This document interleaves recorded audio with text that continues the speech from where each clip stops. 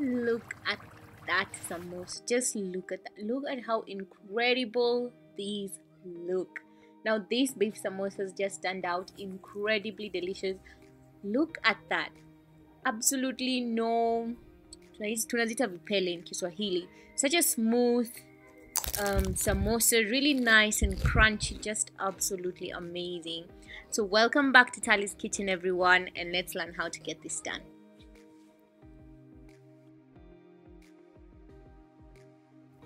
So in a pan, go ahead and add 250 grams of minced beef. Next up, I'm going to be adding 1 tablespoon of ginger garlic paste, and then I'm just going to mix this to combine. So I am cooking this over medium to low heat so that it can cook really nice and slowly.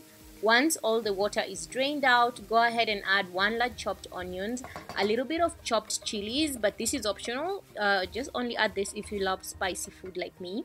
And then of course mix to combine, and then go ahead with some salt to taste, and then some crushed cumin. And lastly, I'm going to be adding here 1 teaspoon of black pepper.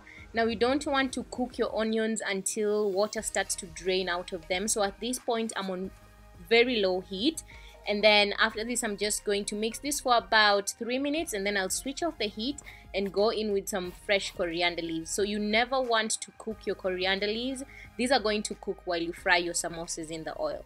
So turn off your heat and then go in with your coriander leaves. So my mix here is ready, and I'm going to start creating my paste here. So here I'm doing a 1/4 cup of all-purpose flour and an 1/8 cup of water, and then I'm just going to create that paste. So I did make this samosa sheet in my last video, and I'm going to link that up at the end of the video, so you can go ahead and watch it once you're done with this. So to wrap our samosas, I'm going to start by creating a triangular like shape like so, and then we're going to apply a little bit of our glue, and then we'll bring the longer side back to create now a triangle, still a triangle of course, and then this now creates a pocket where we can now go ahead and stuff in our minced beef. So I'm adding here 1 to 1.5 tablespoons of minced beef, and then I'm just going to add some glue on the top triangular piece, and then do not forget to seal the edges, and then we're going to now bring in the longer part. So you can adjust that and cut it as much as you want so that you can be able to get a perfect fit for your samosa. And don't worry, we're not going to waste that. I'm going to show you what we're going to do with it at the end of the video. Going to make some really nice and crunchy karu karu, which is just amazing.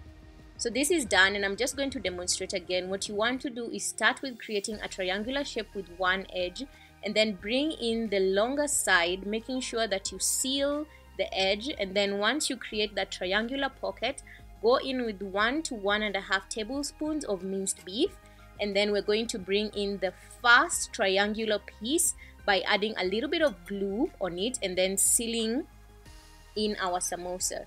And the remaining part is what we're going to use to continue wrapping the samosa around, and whatever edge is left, feel free to cut that out because we're going to use it to make something really awesome. So this is absolutely perfect. Go ahead and add on your glue and then just seal that.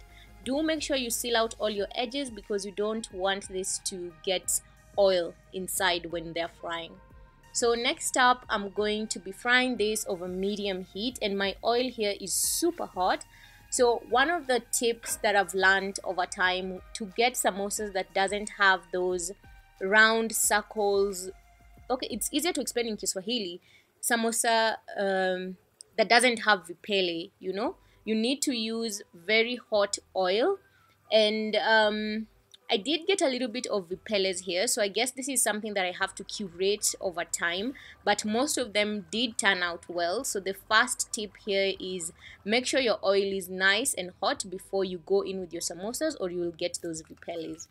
Now these are what I did cut out, one when I was making the samosa sheets and some when I was wrapping the samosas, and we're just going to fry this, and you can enjoy this as a snack while you're watching a movie, entertaining guests. It's just really nice and fluff and crunchy. It's not fluffy, it's crunchy. Look at how amazing those samosas look, just absolutely decadent. amazing. You can easily pair this with some lemon juice because samosas do go well with lemon juice, and just enjoy with a cup of tea or some juice. Just absolutely perfect. You can hear that crunch. Amazing. And these karus also had just the perfect crunch, just absolutely amazing. So make sure to try out this recipe and let me know how it goes in the comment sections below.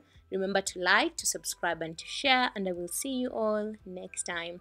The video to my samosa sheets is right up here.